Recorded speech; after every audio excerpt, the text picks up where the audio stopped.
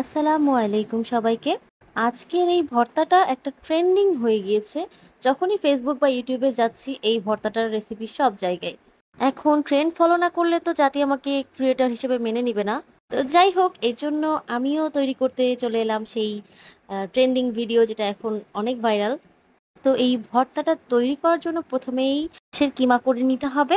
কাঁঠালের বিচি, কয়েকটা রসুনের কোয়া, পেঁয়াজ কুচি, কয়েকটা শুকনা মরিচ, ধনিয়া গুঁড়া, জিরার গুঁড়া, লবণ, হলুদ এবং সামান্য একটু সয়াবিন তেল দিয়ে হাত দিয়ে এগুলাকে ভালোভাবে মাখিয়ে নিতে হবে। আমি এখানে 2 টুকরা পরিমাণ মাংসের কিমা নিয়েছি। আমার মনে হচ্ছিল সয়াবিন তেল আরেকটু লাগবে, তাই আমি আরেকটু দিয়ে দিয়েছি। তারপরে এটাকে রান্নায় বসিয়ে দিতে হবে। কিছুক্ষণ এটাকে ভেজে নিতে হবে। তারপরে এতে পানি দিয়ে দিতে হবে। মাংসের কিমা তো সিদ্ধ হতে বেশি সময় লাগে না, কিন্তু আটিটা সিদ্ধ করে নিতে হবে। আর আমার এই কাঁঠালের আটিটা 50% মতন সিদ্ধ করা ছিল আগের থেকেই, এজন্য আমার বেশি সময় লাগেনি। আপনারা চাইলে কাঁঠালের বিচিটা কিন্তু স্কিপ করতে পারেন, শুধু মাংসের কিমা দিয়ে করলেও কিন্তু অনেক মজা লাগে। সত্যিই জানতাম না যে এটা এত ভালো লাগবে।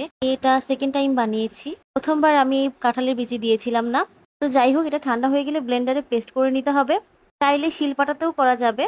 তো পেস্ট করা হয়ে গেলে আমি এখানে শুকনো মরিচ নিয়েছি আর কাঁচা মরিচ নিয়েছি আর পেঁয়াজ ভেজে নিয়েছি আর সরিষার তেল দিয়ে এটাকে ভালোভাবে মাখিয়ে নিব। ভর্তা যেভাবে মাখাতে হয় ঠিক সেইভাবে। ও আরেকটা জিনিস, রান্না করার সময় এক টুকরা আদাও দিয়ে নিতে হবে, যেটা আমার কাছে ছিল না বলে আমি দেইনি। তারপরেও কিন্তু অনেক ভালো লেগেছে এটা। আমি তো এই ভর্তাটার ফ্যান হয়ে গিয়েছি। আপনারাও যারা একবার এই ভর্তাটা খাবেন, আমি শিওর যে ফ্যান হয়ে যাবেন। এমনকি যারা খেয়েছে আমার বাসায় সবাই খুব ভালো বলেছে। আর আমি একটু পেঁয়াজ নিয়ে নিয়েছি, কারণ আমার ছোটো বোনের জন্য আমাকে পেঁয়াজ ভেজে নিতে হয়েছে। তাছাড়া আমি ভর্তাতে কাঁচা পেঁয়াজটাই খেতে বেশি পছন্দ করি। ও কাঁচা পেঁয়াজ খেতে পারে না, এই কারণে আমাদের মাঝে মধ্যে ভেজে তারপরে ভর্তা বানাতে হয়। তো যাই হোক, ভর্তাটা খুবই মজা ছিল, আপনারা একবার ট্রাই করবেন। আর যদি ভালো লাগে অবশ্যই আমাকে জানাবেন। আর আমার ভিডিও ভালো লাগলে একটু লাইক, কমেন্ট আর শেয়ার করবেন। তো ভালো থাকবেন সবাই। আজকে এই পর্যন্তই। আল্লাহ হাফেজ।